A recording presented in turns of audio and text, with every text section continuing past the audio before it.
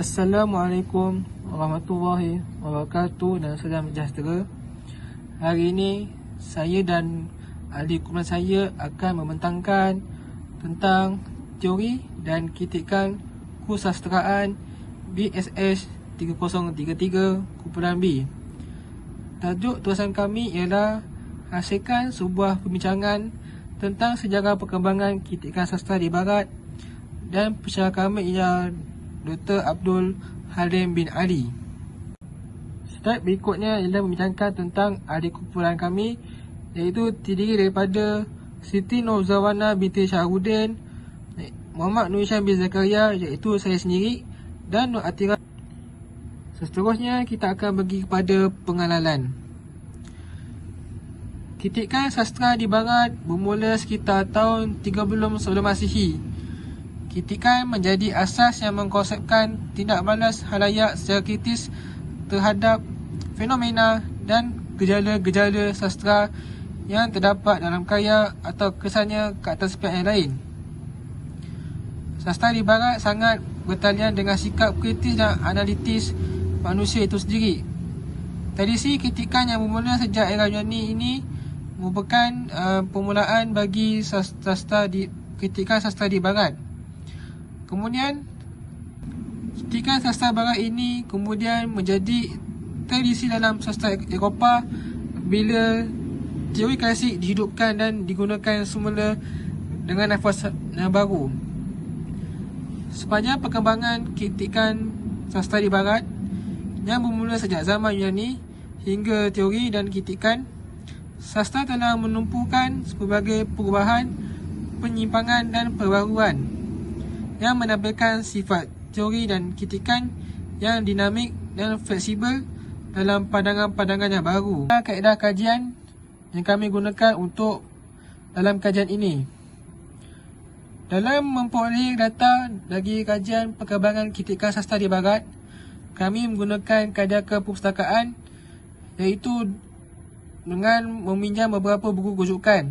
Antaranya ialah Intisari Teori Sastra Barat dan Malaysia, Kritikan Sastra Teori dan Praktis, Kritikan dan Teori dan Kritikan Sastra. Iaitu terdapat beberapa contoh di dalam slide ini, gambar 3 buku yang kami telah pinjam bagi membuat kajian. Yang kedua ialah laman sawang.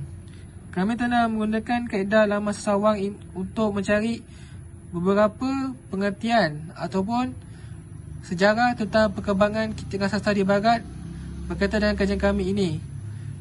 Di sini merupakan antara laman sawang yang telah kami lawati untuk memperoleh beberapa idea-idea dan beberapa sejarah yang berlaku ketika perkembangan teori sastra di Barat. Seterusnya, kewujudan kritikan sastra di Barat. Sejak zaman Plato 424 hingga 347 sebelum Masihi, iaitu kira-kira 2400 tahun yang lalu, kritikan sastra telah berkembang. Perkembangan kritikan sastra pada awalnya terbantut apabila Eropah berhadapan dengan zaman kegelapan. Selepas muncul zaman Renaissance, tradisi kritikan tumbuh Yunani dulu muncul semula. Dalam zaman kegelapan, negara seperti Perancis, Itali dan England muncul membicarakan tentang disiplin kesusastraan. John Ryan merupakan tokoh yang terkenal pada ketika itu. Beliau memperkenalkan istilah kritikan pada penilai hasil kritikan. Beliau juga dikenali sebagai bapa pengkritik sastra. Pada abad ke-18, aspek moral merupakan aspek yang dijadikan tumpuan para pemikir. Samuel Johnson pula mengamati dan menganggapi sastra ini tidak boleh dilihat hanya pada karya semata-mata, tetapi aspek lain seperti budaya, pengkarya, ekonomi dan politik turut diambil kira. Gator M. Haring Lessing pula mengatakan tujuan penghasilan karya dapat memberi kebaikan kepada penonton. Pengkarya itu perlu mempunyai kebebasan dalam berkarya dengan tidak terikat kepada kebiasaan-kebiasaan sebelumnya. Seterusnya, kita beralih kepada perbincangan yang kedua, iaitu kehadiran pengaruh Barat dalam sastra. Pada sekitar abad ke-16 Masihi, alam Melayu mula menerima kehadiran Barat, iaitu berlaku penawanan Portugis ke atas Melayu pada tahun 1511. Apa yang berubah? Pengenalan sistem dan tulisan Rumi telah membekukan tradisi persuratan Islam yang berteraskan sistem tulisan dan ejaan Jawi. Kebanjiran genre sastra Barat menyebabkan karya sastra Melayu moden semakin menggunakan falsafah dan pemikiran Barat. Pengamatan Abdul Ghani Islam dapat diperincikan lagi yang menganggap kecenderungan Barat jelas dapat dilihat dalam pengisytiharan kumpulan sastrawan seperti Angkatan 45 dan Asas 50. Pengaruh Barat dianggap telah mendorong kecenderungan sastra Melayu masa kini terhadap Barat, khususnya dari segi pegangan terhadap konsep dan praktik sastra Melayu masa kini. Ini adalah jenis teori yang muncul di Barat. Teori semiotik merupakan teori kritikan Barat yang banyak digunakan pada masa kini. Semiotik ini berasal dari kata Yunani iaitu semion yang membawa maksud tanda. Semion adalah istilah yang digunakan oleh orang Greek untuk merujuk kepada sains yang mengkaji sistem perlambangan atau sistem tanda dalam kehidupan manusia. Pada abad ke-17, pendekatan semiotik mula mendapat perhatian John Locke. Kemunculan pendekatan semiotik beransur-ansur mendapat perhatian sehingga ia mula mendapat tempat di kalangan tokoh terkemuka seperti Ferdinand de Saussure dan juga Charles Sanders Peirce.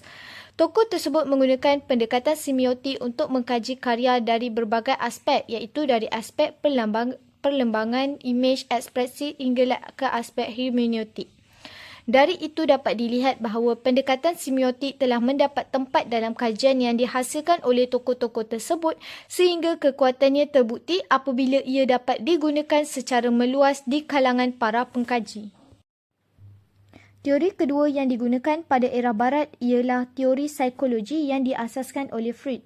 Psikologi merupakan ilmu yang mempelajari dan menyelidiki aktiviti tingkah laku manusia. Aktiviti dan tingkah laku tersebut merupakan manifestasi kehidupan jiwanya. Oleh itu, jiwa manusia terbahagi kepada dua bahagian iaitu alam sedar dan alam tidak sedar. Teori psikoanalisis Freud telah membahagikan kepribadian kepada tiga jenis iaitu id, ego dan superego.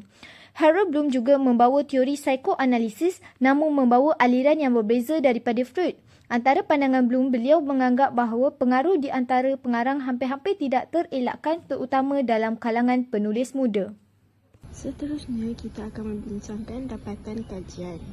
Dapatan kajian ini ialah sejarah dan perkembangan kritikan sastra di Barat. Dapat kita lihat bahawa pengaruh kritikan sastra di Barat telah mendatangkan impak yang besar kepada kesusastraan Melayu sehingga ke hari ini. Selepas itu, pengamatan pengkritikan dapat melagakan beberapa pemahaman tentang kesan kehadiran pengaruh Barat terhadap kesusastraan Melayu. Konsep sastra Barat ini dapat mendorong pelaksanaan beberapa praktik sastra yang dapat memperkukuhkan pemahaman mengenai sastra Melayu dengan Barat. Oleh itu, kita juga dapat menyelami kesan terhadap kesusastraan Melayu apabila kemunculan era baru. Keadaan ini akhirnya dapat menimbulkan satu pengajaran kepada pembaca dan pengkaji untuk mempelajari sejarah kritikan sastra. Sekali adalah rumusan kajian. Rumusan kajian ini berdasarkan pengertian yang dibincangkan oleh para sarjana dapat disimpulkan bahawa kritikan bermaksud memberi penilaian terhadap sesuatu hasil seni menerusi proses pengamatan dan perbandingan, menganalisis dan menghayati dengan kaedah-kaedah yang sistematik dan juga beralasan dengan maksud mengembangkan tanggapan-tanggapan yang terbit darinya. Jelaslah bahawa perkembangan sastra sejarah Barat ini terus berkembang sebagai satu disiplin ilmu dalam bidang kesusastraan merantasi era kegelapan dan zaman Renaissance dan menjadi zaman moden.